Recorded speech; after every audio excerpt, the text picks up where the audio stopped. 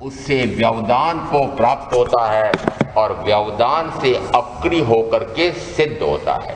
स्थानांक सूत्र में शीर्षक दिया पर्युपासना से परिनिर्वाण, और व्याख्या प्रज्ञप्ति सूत्र में मूल सूत्र जैसा है वैसा स्थानांक सूत्र में सवणे नाणे विन्नाणे पच्चकायमाणे संजमे अनन्ये तवे चेव बोधाणे अकिरिया सिद्धि।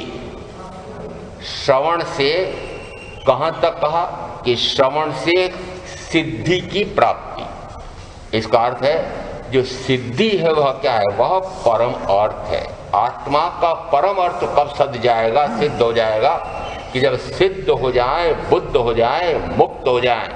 यहाँ सिद्ध बुद्ध मुक्त होना का अर्थ मात्र 14वें गुण स्थान का अंतिम समय नहीं मानना, वह 13वें गुण स्थान के प्रथम समय पर पूर्णता को प्राप्त होता है, तब वह भी सिद्ध बुद्ध मुक्ति है। और चौथे गुण स्थान पर जिस समय उसका प्रारंभ होता है वह सिद्ध दशा प्रकट होना प्रारंभ होती है, तो वहां से ही वह सिद्ध बुद्ध मुक्त होना प्रारंभ करता है।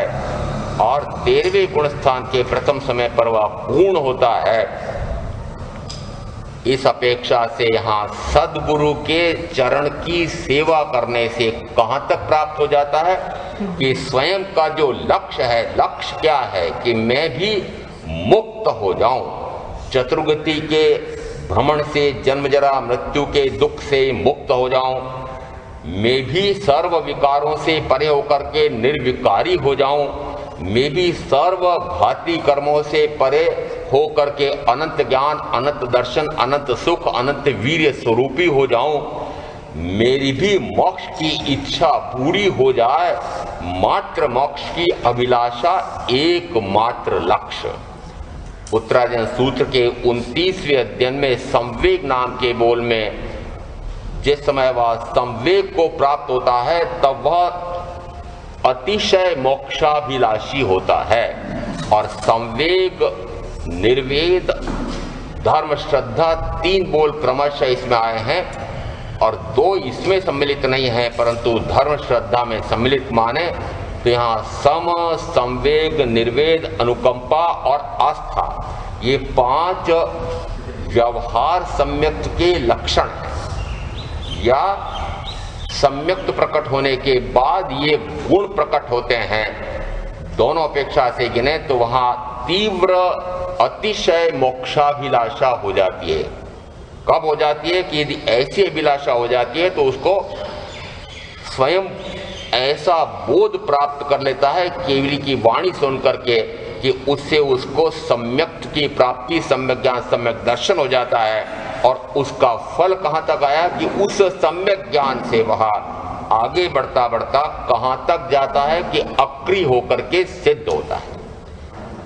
2 आगमों में आया कि केवली प्रज्ञप्त वाणी के श्रवण से। केवली कैसे हैं ये अरिहंत तीर्थंकर परमात्मा कहते हैं, तो कहा परम सदगुरु, महाश्रवण, महामाहण, ऐसे शब्द तीर्थंकर के लिए आते हैं। भगवान महावीर के लिए महाश्रवण विशेष अर्थ देने के लिए कि जो आत्मा में श्रम करता है, जो समन करता है कषायों का, जो समभाव में राग द्वेषादि विषम भावों से हट करके समभाव में ऐसा स्थित हो जाता है, पूर्ण समभाव, पूर्ण वीतरागता, परम वीतरागता को जो प्राप्त हो जाते हैं, ऐसे महाश्रवण कहलाते हैं। महामाहण क्यों कहा कि जिस समय बहुत से जीवों की हिंसा विराधना मात्र अपने स्वयं के इंद्रिय विषयों के सुख के लिए हो रही थी, यदि तुम इस प्रकार से यज्ञ हवन करके यज्ञ देवता को प्रसन्न कर लो तो तुम्हें इस प्रकार उत्कृष्ट से उत्कृष्ट, ऊंचे से ऊंचा वैकुंठ मिलेगा। और इसके लिए यज्ञ कहाँ तक होने लगे कि पशु बलि भी, और उसके साथ साथ यदि उत्कृष्टतम यदि वैकुंठ प्राप्त करना है स्वर्ग, तो उसको नर बलि तक का यज्ञ करा करके उस याज्ञनिक द्वारा कहा जाता है कि अब तुम्हारा वैकुंठ पक्का हो गया है। उस समय महावीर उद्बोध करते हैं, उद्घोषणा करते हैं और ये दूसरे जीवों को दुखी करके कैसे सुख प्राप्त करने की इच्छा करते हो? यदि दूसरे जीवों को दुख दे रहे हो तो दुख देने से तो दुख मिलता है, सुख देने से सुख मिल सकता है, परंतु तुम तो दूसरों को दुखी करके सुख चाहते हो। तो शब्द निकला इनका हनन मत करो। प्राकृत में शब्द बना माहणो, माहणो, हनन मत करो। इस अपेक्षा से महावीर उस समय तीर्थंकर, उनको कहा जाता था महामाहण। ये तो महाश्रमण, महामाहण, महानिर्ग्रंथ अरिहंत तीर्थंकर परमात्मा के संदर्भ में ये सदगुरु, परम सदगुरु हैं। ये परम सदगुरु। और यहाँ व्याख्या प्रज्ञप्ति और स्थानांत सूत्र में जो ये एक समान सूत्र आया, उसमें आया तथा रूप श्रवण महान। ये तथा रूप से क्या अर्थ? तथा रूप यानी जैसे श्रवण भगवान महावीर थे, जैसे महान तीर्थंकर महावीर थे, उसी प्रकार की उपासना करने वाले उनके अनुसार ही, उनके आज्ञा के अनुसार ही उन्होंने जैसा तत्वाबोध आत्माबोध दिया, उसी के अनुसार वे जो आत्म साधना कर रहे हैं उन्हें कहा तथा रूप। और तथा रूप के सामने शब्द लगाया तथा रूप श्रवण महान। तो श्रवण महान तो जैसा ऊपर आया वैसा ही। तो कैसी साधना कर रहे हैं कि जैसी तीर्थंकर परमात्मा, अरिहंत परमात्मा ने साधना की थी, वैसी साधना करने वाले ये श्रवण, श्रवणी, साधु, साध्वी, इस प्रकार से इनकी पर्युपासना करने से, तो यहाँ पर्युपासना आप जिस समय वंदन करते हैं उसमें एक शब्द आया है पर्युपासना। यहाँ पर्युपासना यानी उनको दाएं से बाएं परिक्रमा करके उनको वंदन कर लेने से कहाँ तक प्राप्त होता है? तो कहा उनकी वाणी प्राप्त होती है। और उस वाणी का फल कहाँ तक आता है? कि अक्रिय होकर के सिद्धि होती है। इसका अर्थ है कि सदगुरु की सेवना करने से सेवे सदगुरु चरण। तो सदगुरु के चरण की सेवना, यहाँ सदगुरु के चरण की सेवना का अर्थ क्या?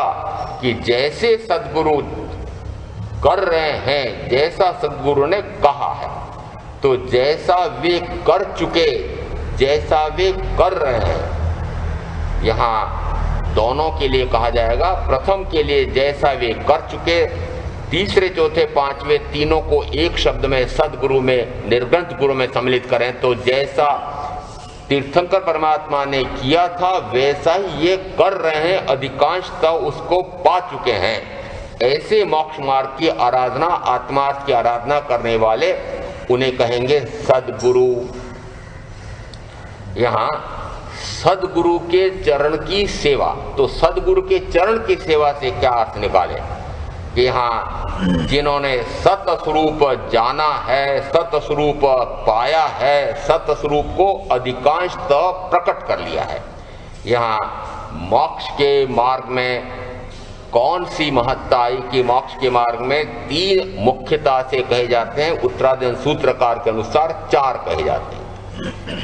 आत्मा को आत्मा का ज्ञान हुआ हो, जिस समय आत्मा को आत्मा का पूर्ण ज्ञान हुआ है तो पूर्ण ज्ञान से पूर्ण दर्शन होता है, और पूर्ण दर्शन होने से पूर्ण वीतरागता, परम वीतरागता, अनंत चारित्र स्वरूप रमणता आती है। और जिस समय स्वरूप रमणता होती है उस समय उसका अपूर्व आनंद, इतना ऐसा विशिष्ट आनंद आता है कि उसी में निरंतर लीन रहते हैं, तो कहा जाता है अनंत वीर्य प्रकट होता है।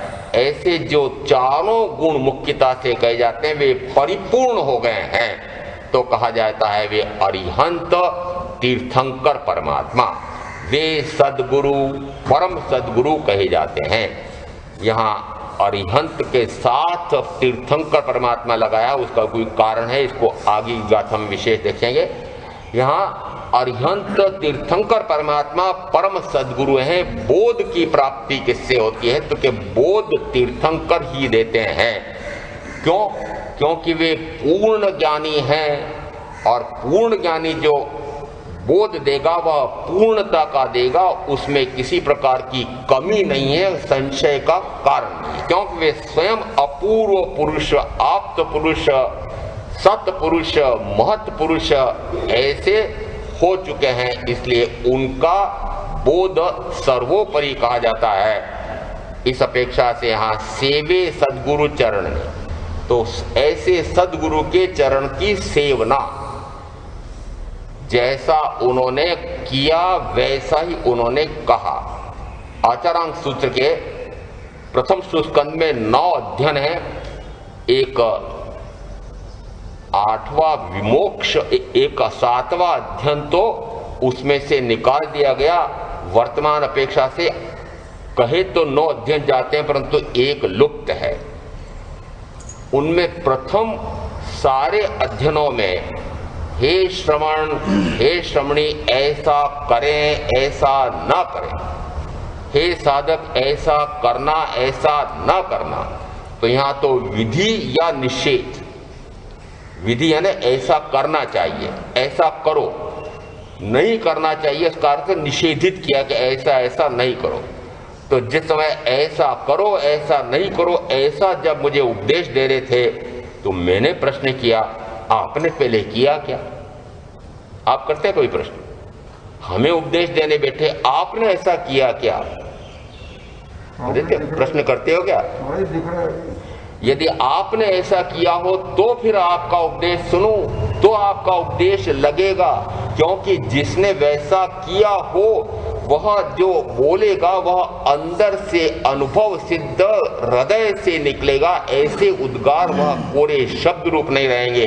उसके साथ उसका जो ज्ञान दर्शन सुख वीर नाम का गुण अधिकांश में प्रकट हुआ है, वह उसको साथ लेकर शब्द निकलता है। कोरा शब्द ज्ञानी, उसके शब्द ज्ञान से मुक्ति संभव नहीं है, कोरी क्रिया से भी मुक्ति नहीं है। जो क्रिया इस प्रकार से कर रहे हैं, कैसे कर रहे हैं कि जिन्होंने उस क्रिया के स्वरूप को जानकर स्वस्वरूप को प्राप्त कर लिया, अधिकांश तक प्रकट कर लिया है।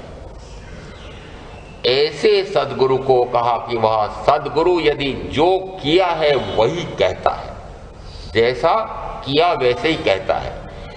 9वें अध्ययन में तीर्थंकर महावीर के साधना के 4 उद्देश्यक हैं और उन्होंने क्या क्या किस किस प्रकार की साधना की उसका विस्तार से वर्णन है। जिस समय वे कहते हैं हे संयमी रूखा सूखा आहार कर, नीरस आहार ले, विगय से रहित आहार ले, स्वाद पर विजय कर, रसनांजलि पर विजय कर, ऐसा जिस समय मुझे उपदेश दिया उस समय मैंने प्रश्न किया कि आपने ऐसा किया क्या? तो 9वें अध्ययन में उत्तर मिला कि वे बेर का चूर्ण, सट्टू, कोदो चावल उस समय विहार सामान्यतः भगवान महावीर के मुनि अवस्था में भी बाद में बिहार में हुए थे और वहां पर चावल बहुत होते हैं, आज भी होते हैं।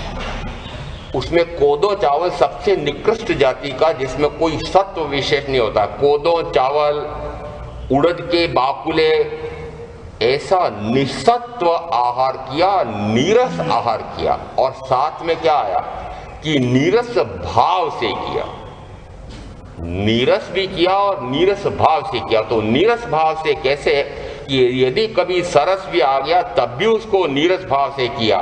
सरस है कि नीरस है, उसमें उनको कोई रति अरति नहीं है।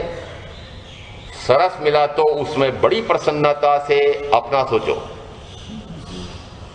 अच्छा लगता है ना। यदि स्वादिष्ट सरस भोजन मिले तो कैसा लगता है? प्रसन्न होते हैं और प्रसन्न होकर के फिर प्रशंसा भी करते हैं।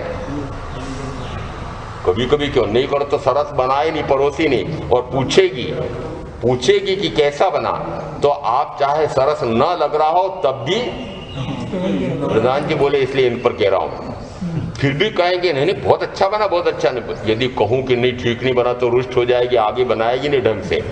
तो प्रसन्न तो रखना पड़ता है, इसलिए प्रशंसा करते हैं। यदि सरस मिले तो प्रसन्न होते हैं, प्रसन्न करते हैं, प्रशंसा करते हैं। नीरस मिले तो कि मुंह बिचकाते हैं इसको कहते हैं रति भाव और रति भाव। महावीर कैसे कि मुनि अवस्था में उन्हें सरस मिला या नीरस मिला, मिला या नहीं मिला, रूखा मिला कि सूखा मिला कि नहीं मिला।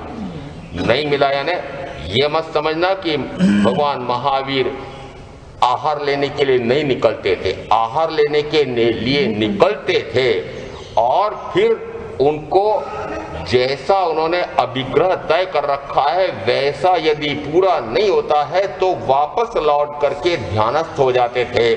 इसका अर्थ हुआ कि नहीं मिला, मान लो जैसा अभिग्रह किया वैसा नहीं मिला, प्रासुक ऐषणी नहीं मिला तो वापस लौट जाते थे। तो इस प्रकार की साधना का वर्णन है। फिर आया उसमें कि वे कैसे शीत यानी जिस समय ऐसी ठिठुरन होती थी कि सामान्यतः ग्रस्त तो गुदड़ियों में छिप जाते थे और अन्य सन्यासी वे भी ताप तपने लगते थे। उस समय यदि महामुनि महावीर किसी छप्पर के नीचे होते तो छप्पर के नीचे थोड़ा बहुत चाहे घास फूस का छप्पर ही हो, खंडहर ही हो, तब भी थोड़ा बहुत तो बचाव ठंड से हो जाता है कि खंडहर में चारों तरफ थोड़ी थोड़ी सी हवा रुकती जाती है, छप्पर है तो थोड़ी सी हवा रुक जाती है।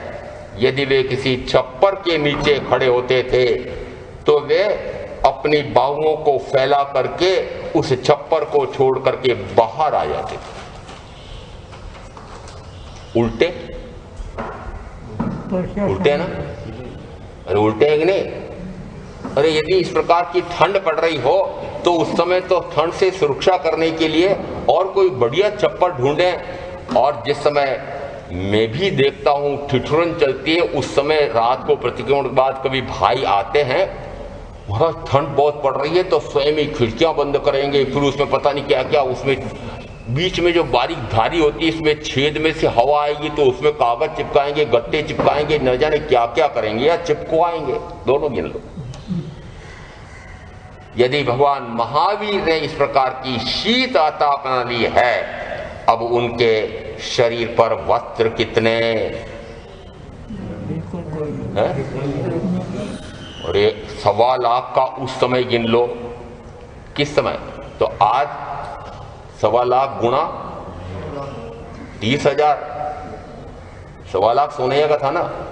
यदि महावीर के पास 1.25 लाख सोनैये का देवदुष्य था तो मैं यदि 25-50 हजार का बढ़िया वो कश्मीरी शाल रखूं तो क्यों मुझे टोकते हो?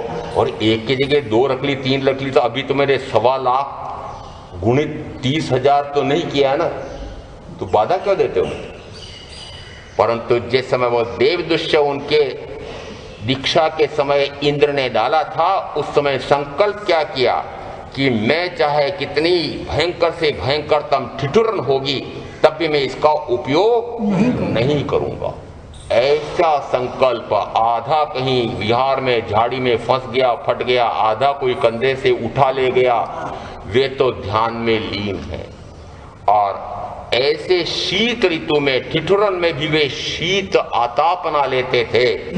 जिस समय केवल ज्ञान हुआ उस समय का तो वर्णन आप जानते हैं, परंतु सामान्यतः उष्ण आतापना भी, नीचे बालूरे तप रही है, जेठ महीने की दोपहरी है, 12 बजे हैं, उकड़ू आसन गोदोआसन लगा करके और सूर्य की तरफ मुंह करके जिस समय वे ध्यान लीन है, ये तो बाह्य की बात है, उस समय वे ध्यान लीन है। और जिस समय ऐसी ध्यान साधना कर रहे होते हैं उस समय उनके वे अज्ञान की परतें उड़ती चली जाती है, दर्शन शुद्ध शुद्ध होता चला जाता है। और जिस समय ऐसी उष्ण आतापना ले रहे थे ऋजुवालिका नदी के पास, उस समय उनको केवल ज्ञान केवल दर्शन हुआ। तो यहाँ कठोर से कठोरतम तप साधना बाह्य से और अंतर में, कि अंतर में इतनी ध्यान साधना, इतना कायो सर्गेदी शरीर पर कोई भी प्रहार हो, कान में कीले ठुके कि चाहे सर्प दंश करे, कि कोई काटे छेदे भेदे, कि कोई धक्के मारे मुक्के मारे, अनार्य का न जाने क्या क्या करते थे, कुत्तों को चूचू लगा देते थे, मांस नोच लेते थे, परंतु वे अडोल अकंप आत्म ध्यान में लीन रहने वाले, ऐसी जिन्होंने साधना की हो वही बोल सकता है कि शीत परिश सहन करो, उष्ण परिसर सहन करो। 4 आगमों में वर्णन आया, 22 प्रकार के परिसर हैं। पहले 22 के 22 परिसर एक साथ 22 नहीं होते हैं, उसमें 20 होते हैं। तो 22 परिसर में से 20 परिसर एक साथ एक ही रात में संगम देव ने दिए, परंतु क्या वे विचलित हुए? नहीं। अपनी साधना से, आत्मा के ध्यान से लेश मात्र विचलित नहीं हुए। इसलिए फिर संयमी को मुझे बोध दिया, परिसर सहन करो। परिसर से पराजित होना, कर्म से पराजित होना, वह तो पुरुषार्थी नहीं पुरुषार्थहीन है। तो क्या कहा? ऐसा करो, ऐसा मत करो। जिस समय ऐसा विधि निषेध देते हैं, उसी प्रकार से जो आत्म साधना करते हैं वे सद्गुरु हैं। सद्गुरु की परिभाषा क्या हुई कि तथारूप श्रवण महान, यानी जैसे तीर्थंकर महावीर साधना कर चुके, जैसा फिर उन्होंने फरमाया आगमों में वह क्रमबद्ध रूप से सन्निध है, उसके अनुसार मैं साधना करूं तो गुरु सद्गुरु, अन्यथा कुगुरु। इसलिए कहा कि जो उस प्रकार की साधना में रत हैं वे सद्गुरु, उनकी सेवना करे, उनकी सेवा करे, उनकी परिउपासना करे, उनके सद्वचन सदुपदेश को सुने। सदुपदेश क्यों कहा? उपदेश दाता तो बहुत से हो सकते हैं, उपदेश देने वालों की कमी नहीं है। आप देते हैं नहीं देते? देने की पात्रता है क्या? उपदेश देने की पात्रता है क्या?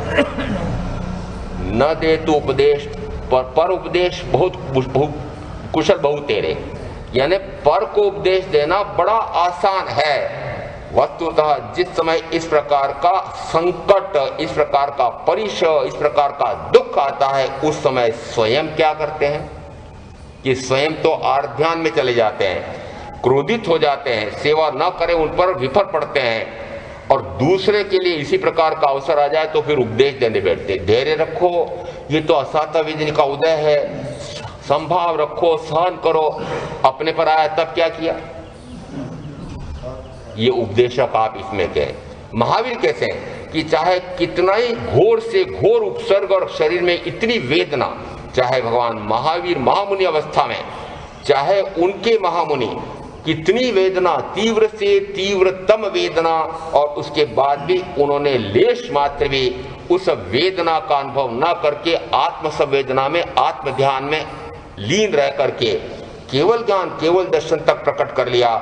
इसका अर्थ है कि यह वेदना वस्तुतः मैं नहीं हूं, मेरी नहीं है, ऐसा स्वयं उन्होंने अनुभव किया, और उसके बाद इस प्रकार का सूत्र दिया कि यह शरीर और शरीर के माध्यम से होने वाली वेदना तुम नहीं हो, तुम्हारी नहीं है, यह तो कर्मजन्य है, वह आत्मा का स्वभाव नहीं है। उससे परे हटो, उससे ध्यान हटा करके स्वयं में ध्यान लीन हो जाओ तो वह उस वेदना का अनुभव नहीं आएगा। जो कुछ महावीर ने कहा है, आगमों में जो आया है, वह पहले भगवान महावीर ने अपनी महामुनि अवस्था में करके फिर कहा।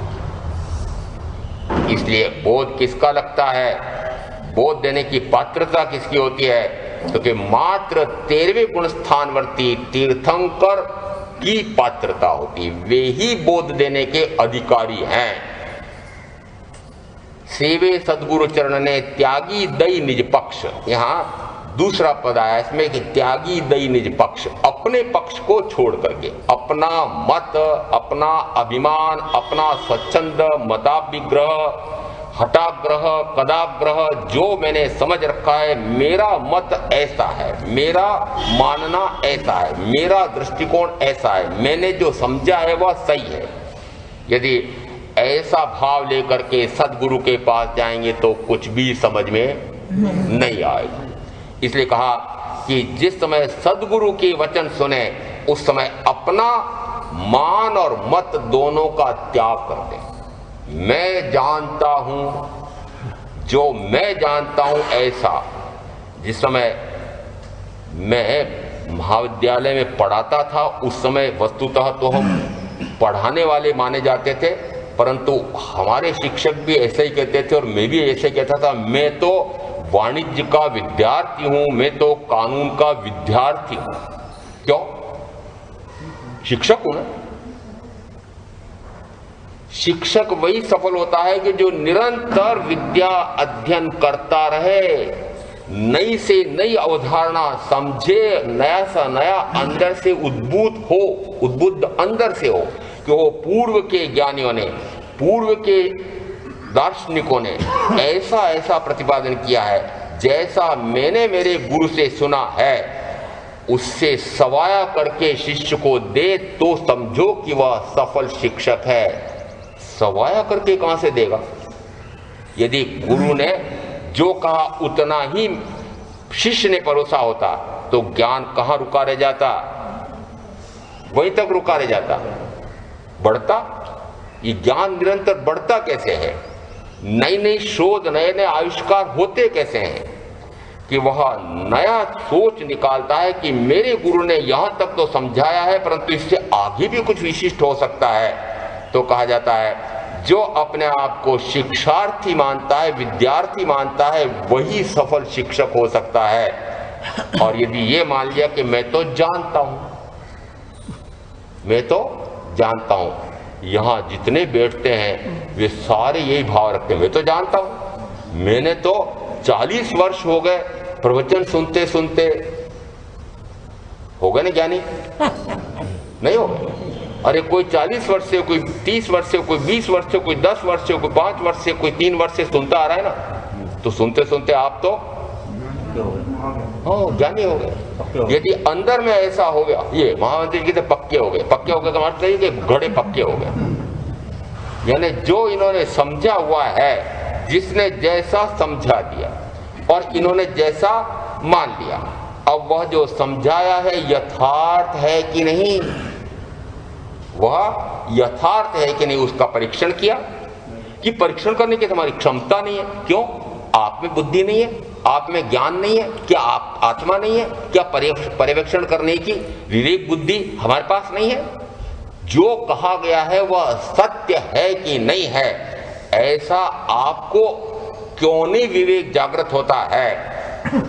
यदि अंदर में विवेक शक्ति है, ऐसा मानो तो अंदर में कितनी शक्ति पड़ी है कि अनंत ज्ञान की शक्ति पड़ी हुई है। उसको उघाड़ते क्यों नहीं है? उसका पर्यवेक्षण करके पता लगाओ कि जो कुछ कहा जा रहा है वह सत्य है कि नहीं। और सत्य है ऐसा कब पता लगेगा? कि जैसा सद्गुरु ने कहा, जैसा जिसने बोध दिया, उस बोध को सुनकर समझकर फिर वह उसी के अनुसार साधना करके यदि आनंद, आत्मानंद की प्राप्ति करता है तो समझो वह बोध सम्यक है, सत्य है।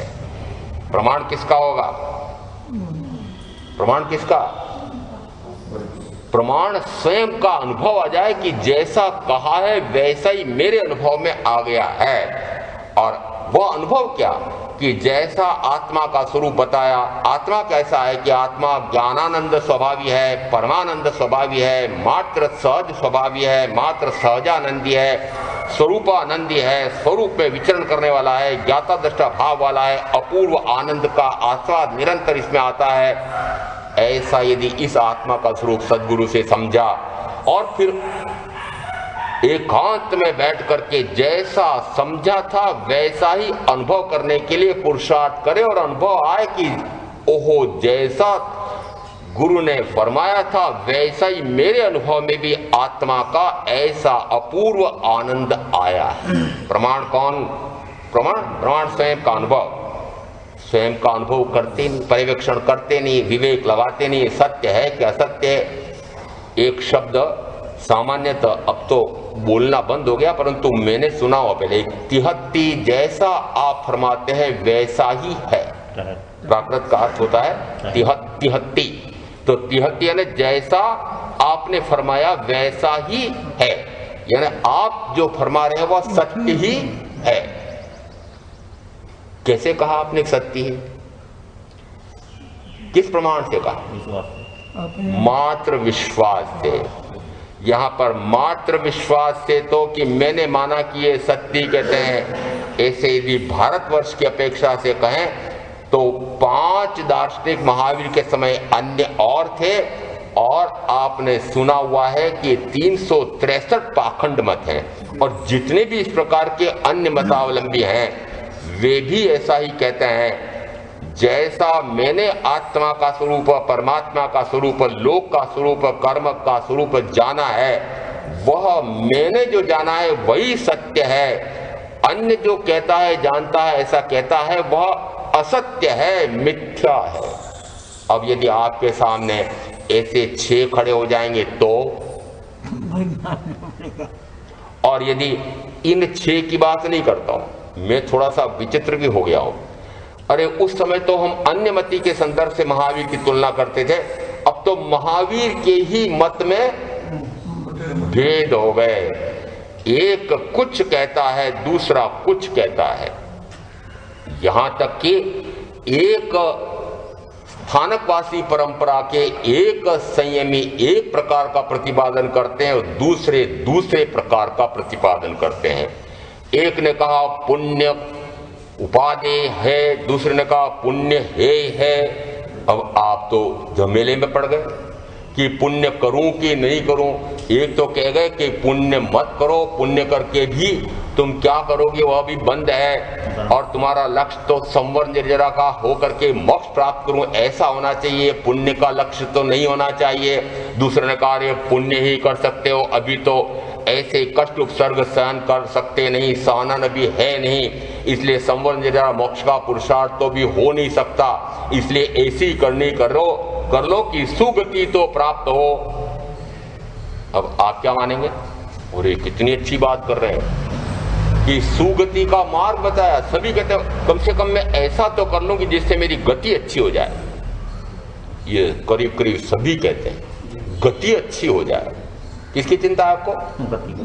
परलोक अच्छा हो जाए, परलोक अच्छा हो जाए। परलोक तो सिद्ध लोक है। परलोक कौन सा है? सिद्ध लोक। वस्तुतः परलोक की साधना शब्द यहाँ आगम में आया है, वहां पर ये देवगति का सुख मिले ऐसा अर्थ नहीं है, पुनः मुझे मनुष्य भव के चक्रवर्ती तो जैसे सुख मिले ऐसा अर्थ नहीं है। परलोक की साधना करने का अर्थ है कि ये सारा जो है ऊर्ध्वलोक, तिर्यक लोक और अधोलोक, इन तीनों से बने हुए लोक के परे हो जाऊं, लोक के चरम भाग, अंतिम भाग पर सिद्ध बुद्ध मुक्त हो जाऊं, वह परलोक की साधना है। तो परलोक मेरा सुधर जाए, इसका अर्थ मात्र यह नहीं कि मेरा यह भव, अभी तो मुझे इतना धन वैभव रिद्धि सिद्धि नहीं मिली है, वह अधिक मिले।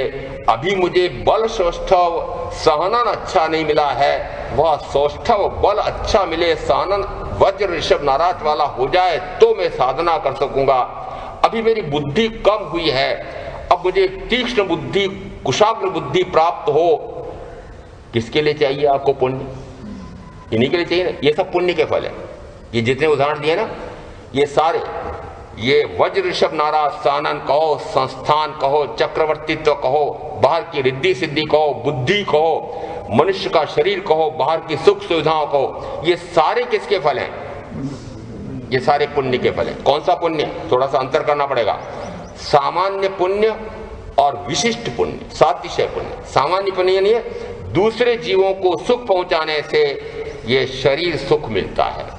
और यदि मैं भी ज्ञानी की वाणी सुनूं, मैं भी अपने स्वरूप को समझूं, शरीर के स्वरूप को, कर्म के स्वरूप को समझूं, कर्म से मुक्त व परम शुद्ध अवस्था आत्मा की कैसी होती है, परमात्मा स्वरूप कैसा होता है, इसको भी मैं समझूं, ऐसा कभी भाव किया होगा। और उस भाव से मैं भी जाऊं पर जा नहीं पा रहे हैं, आजीविका की समस्या है, रोग की समस्या है, कोई भी कारण हो सकते हैं। पूर्व में ऐसी बुद्धि नहीं थी, तिर्यक पंचेंद्री रहा होगा, सन्नी पंचेंद्री, ऐसी बुद्धि नहीं थी। उस समय भाव किया होगा, भाव किया होगा। वो भाव कैसे होता है, उदाहरण से समझ में आ सकता हो। विहार कर रहे थे, जिस समय विहार कर रहे थे तो एक व्यक्ति खेत में वो हल बैल छोड़ करके और तेजी से दौड़ा आ रहा था। साथी ने, मैंने कहा भाई वो किसी और काम से जा रहा होगा। नहीं, वो अपनी तरफ आ रहा है। अरे मैंने कहा रास्ता है ये तो, वह उस रास्ते से अपने घर जा रहा हो, काम याद आओगे नहीं, दौड़ करके आता है और वह चरण स्पर्श करता है।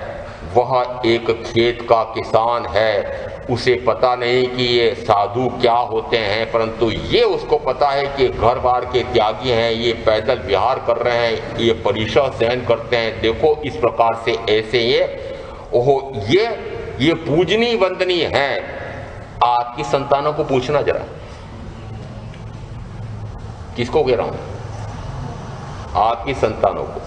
जिस समय निकलते हैं उस समय या तो यूं मुंह करके निकलते हैं, या मुंह छिपा के निकलते हैं, या अपने को छिपा लेते हैं। राजप्रश्नी सूत्र में आया कि यदि इस प्रकार तथारूढ़ श्रमण महान आपके क्षेत्र में आए हैं तो उनकी अगवानी करके, उनको लेकर के समादर भाव से लेकर के आना, फिर उनकी वाणी श्रवण करना, उनको आहार आदि देना, जो वे समझाएं उसको समझना, ये तो उसको वाणी श्रवण करके सम्यक ज्ञान सम्यक दर्शन प्राप्ति के कारण बनेंगे।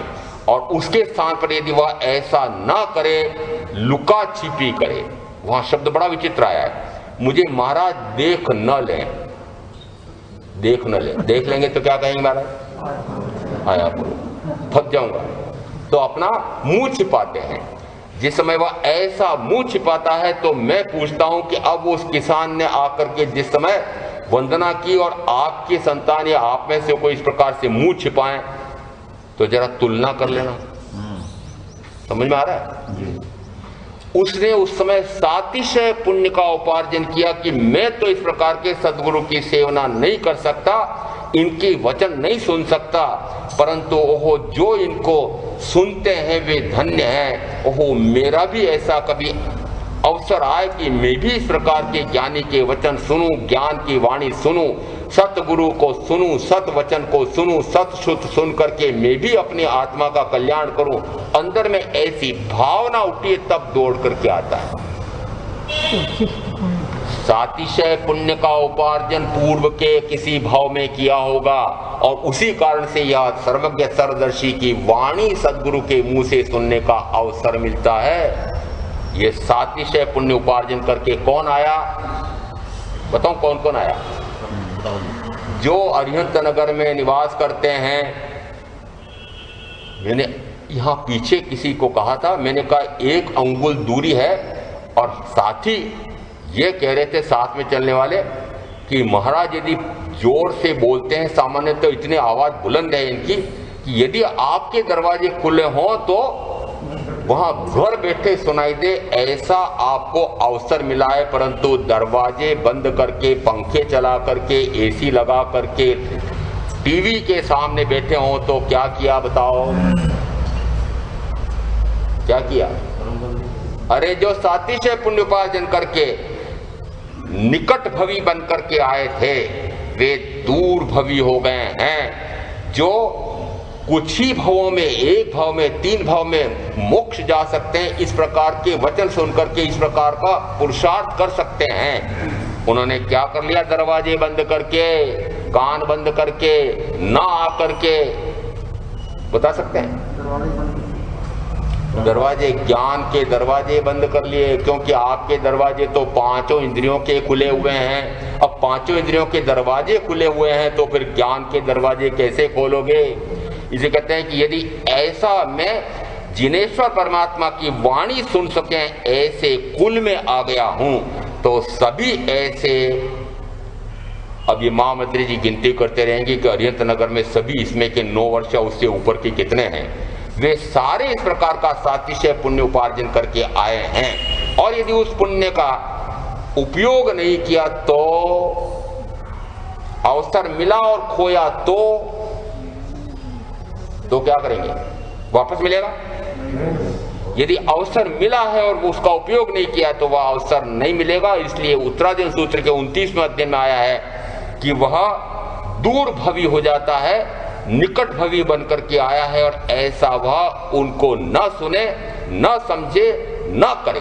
तीसरा और जोड़ रहा हूं, न सुने, न समझे, न पाले। तीनों की एकता है, ज्ञान, दर्शन, चरित्र, तीनों कार्य होने चाहिए। न सुने, न समझे, न पाले। तो भी सार्थक नहीं हुआ। यदि यह तीनों बातें हो जाती हैं तो समझो कि मैंने जो सातिशय पुण्य का उपार्जन किया उसका फल आ रहा है ज्ञान, दर्शन, चारित्र, कहो कि आत्मज्ञान, आत्मध्यान, आत्म समाधि की प्राप्ति होती है।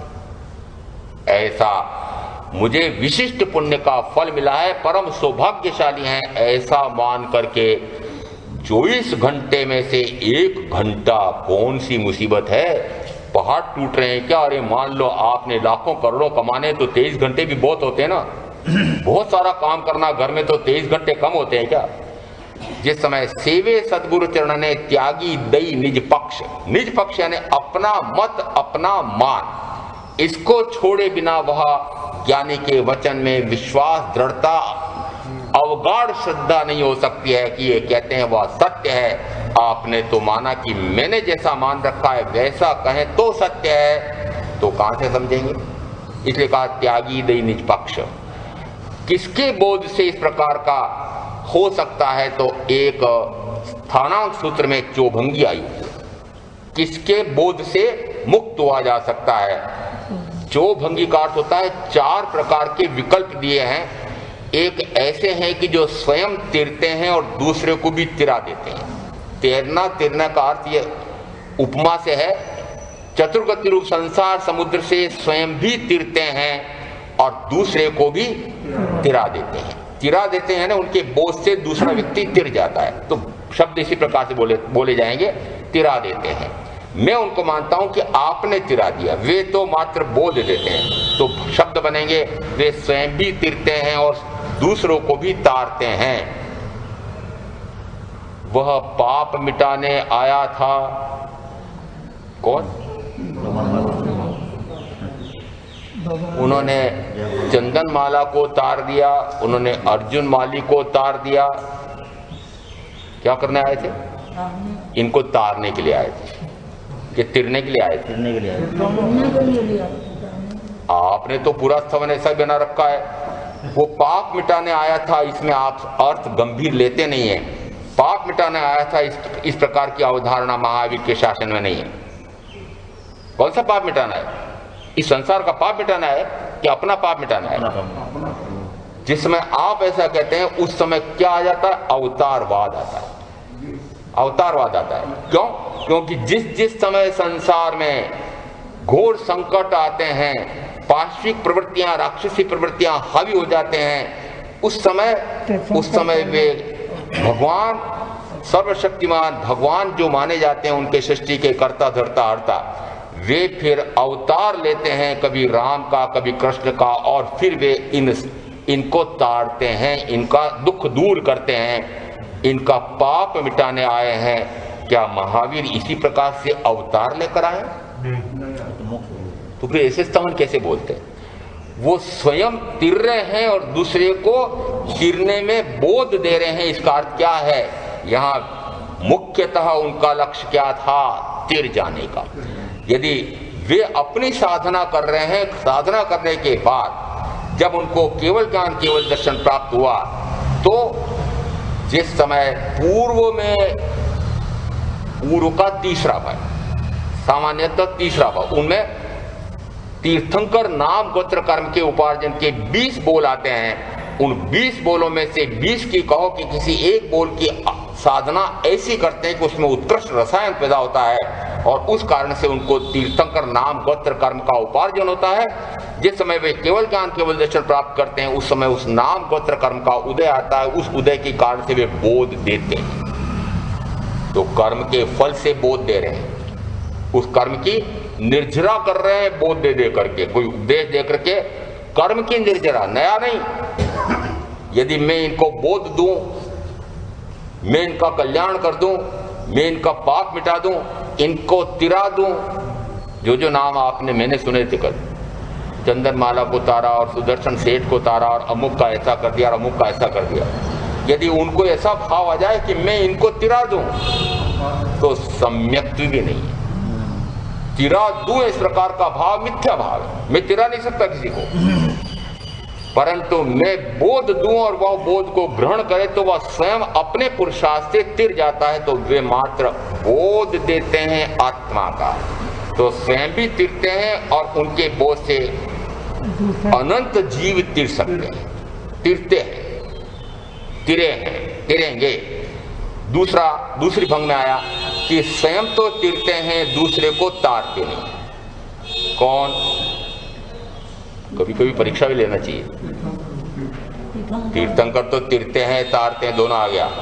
अरिहंत परमात्मा स्वयं तो तिर रहे हैं परंतु बोध दूसरों को भी नहीं देते हैं, अरिहंत बोध नहीं देते हैं। चलते चलते कभी कोई एक आध प्रश्न शंका पूछ ली तो उसका एक आध उत्तर दे देते हैं, बोध देने का उनका अधिकार नहीं है।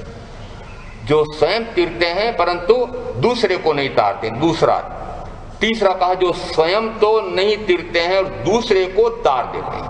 चौथा दिया कि जो न स्वयं तिरते हैं न दूसरे को तारते हैं, ये तो मिथ्यात्व चलेगा। तीसरा भंग कौन सा है कि स्वयं तो नहीं तिरते हैं और दूसरे को तार देते हैं।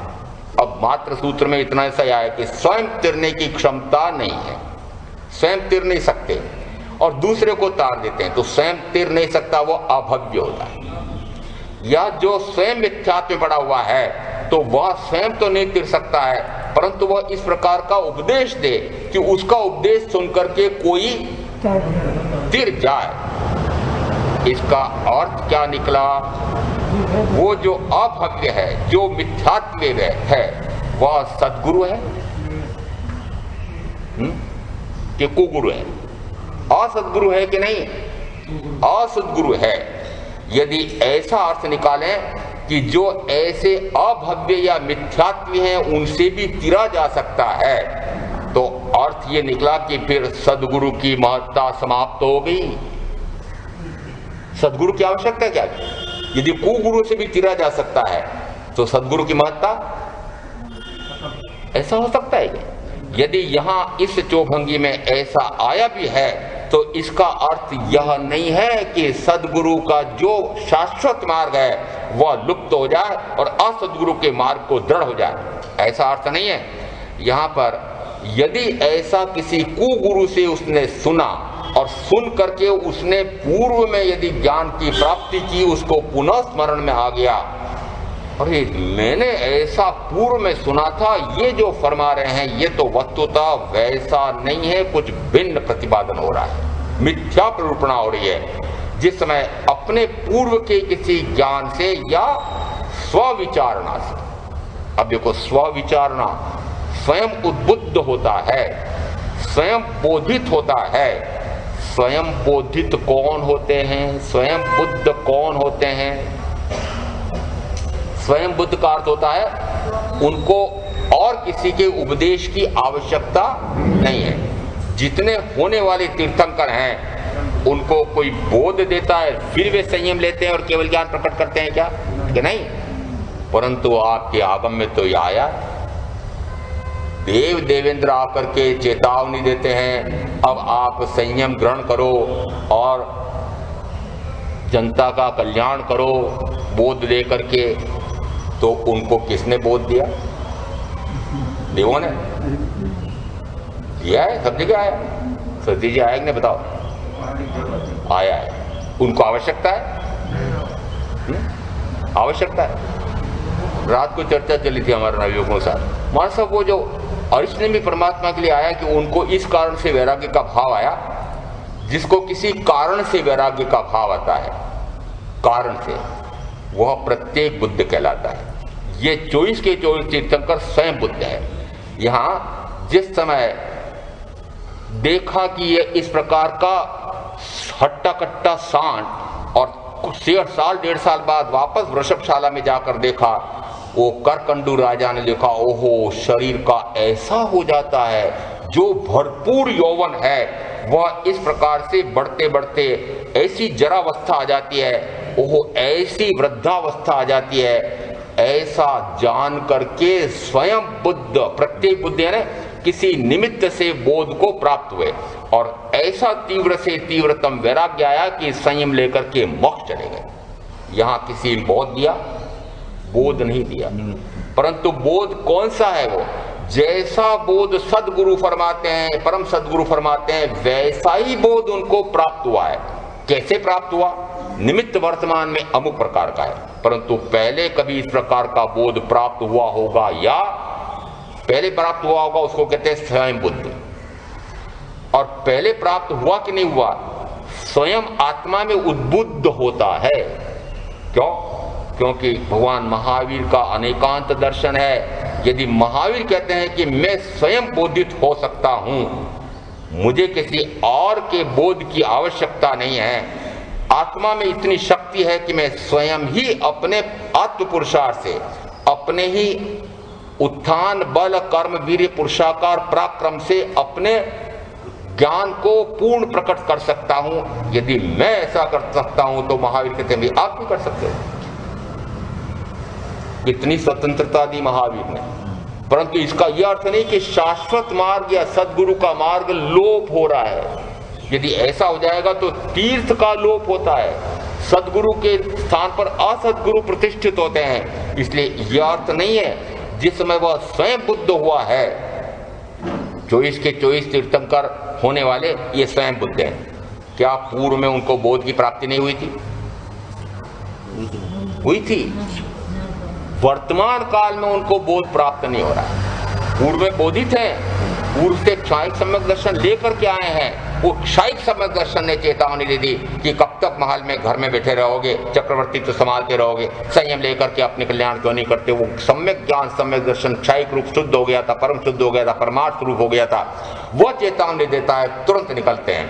फिर ये बाड़े में पशुओं को भरा देख करके और फिर उनको वो मेरी बारात में आने वाले बारातियों को इस प्रकार का मांस भोजन परोसा जाएगा, वो मेरे विवाह के निमित्त इतने जीवों की हिंसा होगी, इस कारण से उनको वैराग्य आया।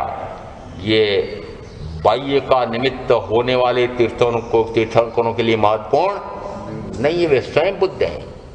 यदि इस निमित्त से उनको बोध प्राप्त होती है, बोध प्राप्त होता है, तो प्रत्येक बुद्ध में चले जाते हैं। अंतर है। स्वयं बुद्ध को क्या होता है? जाति स्मरण ज्ञान होता है। मैं पूर्व से आया हूं कि पश्चिम से, कि दक्षिण से, कि उत्तर से, कि विदिशा से, कि ऊर्ध्व से, कि अधो से, ऐसा आचारांत सूत्र के प्रथम स्कंद में पहले ही सूत्र आया हुआ है। बहुत से जीव ऐसा नहीं जानते हैं, फिर कई जीव ऐसा जानते हैं। किससे जानते हैं? कि वे सदगुरु के वचन से, किसी के बोध से, उपदेश से, और फिर कहा जाति स्मरण ज्ञान से।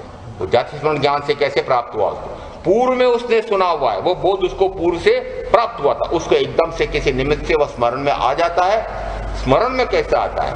वो स्मरण में जिस समय आता है उस समय कोई कारण बाह्य में नहीं दिखाई देता है, उसको स्वयं ही उद्बुद्ध होता है कि हो मुझे अपने आत्मा का कल्याण करना चाहिए, संसार में कब तक भटकता रहूंगा।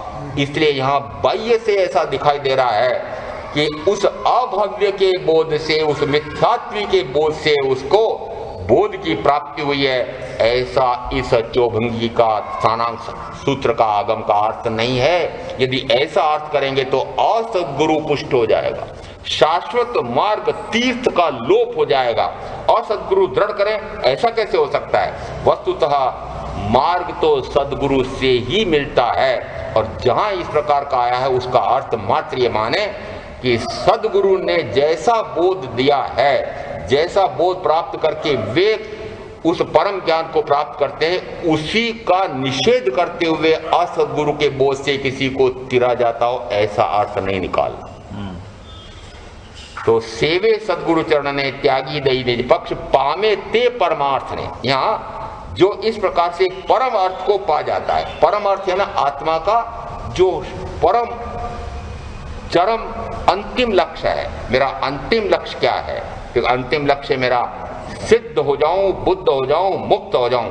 उस लक्ष्य से यदि सदगुरु के वचन सुन करके उस लक्ष्य की प्राप्ति के लिए, अब उस लक्ष्य की प्राप्ति के लिए मुझे वो दूसरी कक्षा की कहानी याद आती है। जिस समय गुरु ने धनुर्विद्या सिखाई और सारे शिष्यों की परीक्षा लेने के लिए खड़ा कर दिया, पेड़ पर एक छोटी सी चिड़िया पुतली बिठा दी और फिर सबको इकट्ठा करके कहा, देखो बाहर में तुमको क्या क्या दिखाई दे रहा है। किसी ने कहा, गुरु आप दिखाई दे रहे हैं, ये बंधु बांधव दिखाई दे रहे हैं, पेड़ हटो। दूसरे ने कहा, मुझे पेड़ दिखाई दे रहा, हटो। मुझे वो टहनी दिखाई दे रही, हटो। मुझे चिड़िया दिखाई दे रही, हटो। मुझे आंख दिखाई दे रही, हटो। कितनों को कहा, सबको हटा दिया। एक धनुर्धर ऐसा आया कि हे गुरु, मुझे मात्र उस आंख की काली पुतली दिखाई दे रही है। एकमात्र क्या दिखाई दे रही है? आंख की पुतली दिखाई दे रही, बाकी कुछ दिखाई नहीं दे रहा है। तो कहा कि चढ़ाओ धनुष, और लक्ष्य भेद हुआ था। आपका लक्ष्य भेद कैसा है? मुझे अभी माता पिता की सेवा भी करनी है, ये भी दिख रहे हैं, पत्नी या पति भी दिख रही है, बेटे बेटी भी दिख रहे हैं, मकान दुकान भी दिख रहे हैं, इनको भी देखना है, और आप सदगुरु को, परम सदगुरु तीर्थंकर महावीर के शुद्ध आत्मा को भी देखना है। लक्ष्य भेद हो सकेगा? नहीं हो सकता है। लक्ष्य तो मात्र एक होगा कि मेरी आत्मा कब शुद्ध हो जाए, परम शुद्ध हो जाए। और इस लक्ष्य को रख करके जो सद्गुरु की सेवना अपने पक्ष का, मत का, मान का त्याग करके करेंगे, वे में आप जो करेंगे उनका अवश्य कल्याण होगा, परम पद की प्राप्ति होगी। ओम।